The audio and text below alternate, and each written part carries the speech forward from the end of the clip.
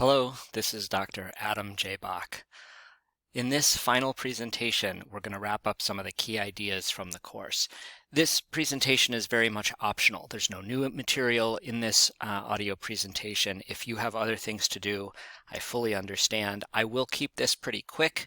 For those of you who just want to hear some final thoughts, put some closure on this particular semester.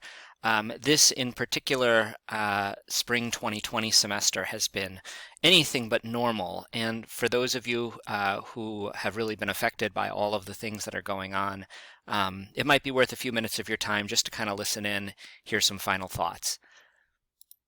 So the key things we're going to talk about here, just reviewing the journey we've been on, a few lessons from the T-shirt project, a couple notes about entrepreneurship and society, and just wishing you well on the next steps and wherever your entrepreneurial journey takes you.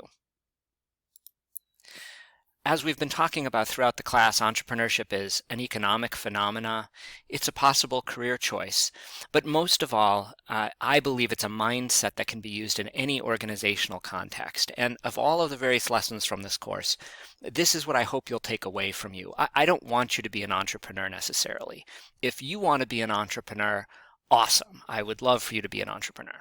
And if you have gone through this class and come to the conclusion that you really do not want to be an entrepreneur, then awesome. I am so happy for you to have discovered that this isn't for you and that you should look for other career options, whether corporate career, education, or nonprofit, whatever it happens to be.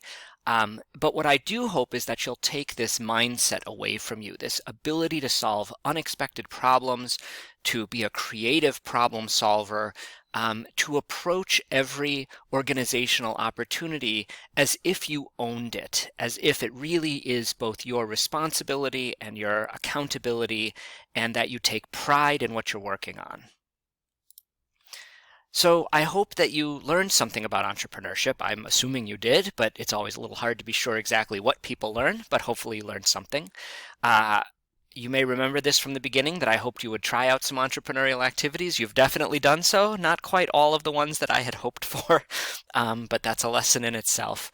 You worked in a group in an entrepreneurial context with high ambiguity, high potential, and maybe high stress. I hope that you'll take a minute or two to kind of think about what that group experience was like. What would you do differently next time around? What kind of people do you really like working with? What's the group context in which you perform at the highest possible level? And I hope you hopefully had a little bit of fun. I mean, I appreciate this has been a really tough semester for all of us, for all sorts of reasons. And to be sure, the course is not meant to be just fun and no work. It's meant to be a lot of work. But my hope is that some of that work was fun and interesting, and that you gained something out of it, more than just, for example, facts from the textbook or the readings or videos, but that you learned something, perhaps a little bit about yourself and what you want to accomplish. In any entrepreneurial context, you got to start early. Things always take longer than you expect. Many of the groups discovered that getting approval for trademarks, or working with a third-party partner, things just took way longer than they expected, or they, for example, discovered that they thought they could do a design, but then it turned out that it was trademarked, or that Underground Printing wasn't comfortable printing it. Have a backup design. Trademarking is not a pure science. It's obviously an art, and what is or isn't infringement can be really kind of tricky. And when you work with a partner who has legal liability, they may not be willing to take any chances. Key lesson, hopefully, was talk to people, get feedback from your target customers on design. Some of you did that, some groups did not, of course. Usually one of the lessons at the end is that groups think they have this spectacular design that everyone will love, and then once they get the t-shirt set up on the website, nobody buys it. And then when they start calling people say things like, oh, it's more expensive than I thought, or the design's just not as interesting, or, I ended up spending my $30 on something else. One of the ways that you can address that is, as we talked about, with lean startup principles, talk to as many customers as possible. Don't design something your customers won't pay for. We like to explain this idea as make what you can sell. Don't try to sell what you can make. Price high enough to generate profit. Many of the groups discover that they overestimate how many shirts they're going to sell. They estimate they're going to sell 30 or 40 shirts, and then they only sell 10 or 15. And because of that, the cost structure changes, and it turns out that even though they did sell 10 or 15 shirts, they're not profitable because they were priced too low. When you're starting a venture, you always want to price high enough to generate a profit, even if your volume is going to be low. You can always lower your prices later, but raising prices is really hard. Make sure you know your target market and that you can reach them effectively. Many groups in prior semesters use Facebook ads to try to generate traffic and discover that their hit rate is incredibly low. Lots of people see the ads, but nobody actually clicks on them. It's best to use multiple marketing approaches. Sure, a Facebook ad is great, but a direct selling approach with emails or phone calls tends to be much more powerful.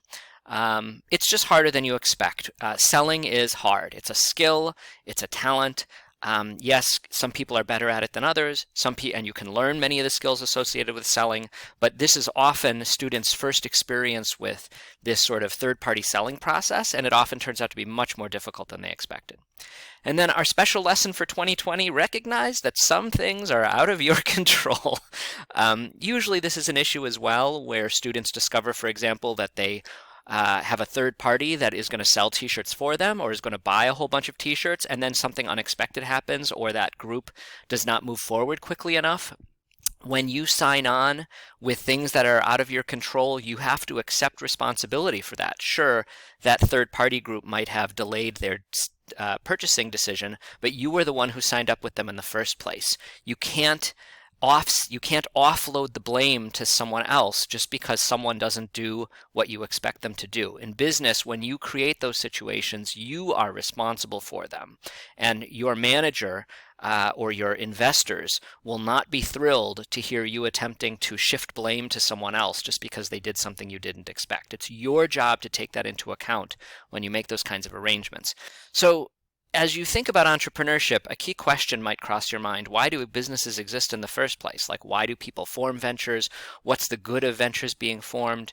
And I think that this is a really useful perspective, that the crucial contribution business makes to society is transforming ideas into products and services that solve problems. Now, let's be clear, Western capitalism is imperfect and it generates all kinds of injustices and inequalities. At the moment, we do not have a better alternative, and I would be thrilled for any one of you to sort out a new way for capitalism to function, or some other economic system to function that is more just and more sustainable. At the moment, we don't have anything better, despite its major flaws, and we have to work within, and for the most part, we have to work within its constraints. But it does do some things incredibly well. When new ideas are generated, they're brought to market with extremely good high efficiency, and they often generate tremendous benefits for large groups of people, well beyond just the entrepreneurs and business people who run those businesses themselves. So then, in that context, what is entrepreneurship? Well, entrepreneurship is not the idea itself, right? So just having an idea for a startup company is not in itself valuable. We often say ideas are a dime a dozen. It's the ability to be an entrepreneur and to take that idea and to do something with it, to implement a plan, to create an organization, and to create value and capture value from that idea. Entrepreneurship is ultimately about doing. So thank you so much for being part of this class. Thank you for your good wishes, your good grace in this crisis that we experienced this semester. I encourage you to stay in touch with me. I'm very easy to find online, obviously. You are welcome to send me a connection request on LinkedIn. If you do, please just note in the message that you took 322. I do get a lot of invitations, and as much as I try to learn students' names, I often have a lot of students each semester, and it's hard to be sure. If you note the course number, I will quickly accept your invitation. You are free to look through my network and see if there are connections or companies that are of interest to you. And I hope that this semester is an opportunity for you to think carefully and deeply about what it is you want to accomplish in your life in this changing world that we live in, and how entrepreneurial thinking might help you accomplish all of the goals that you wish to achieve. Best wishes wherever your entrepreneurial journey takes you.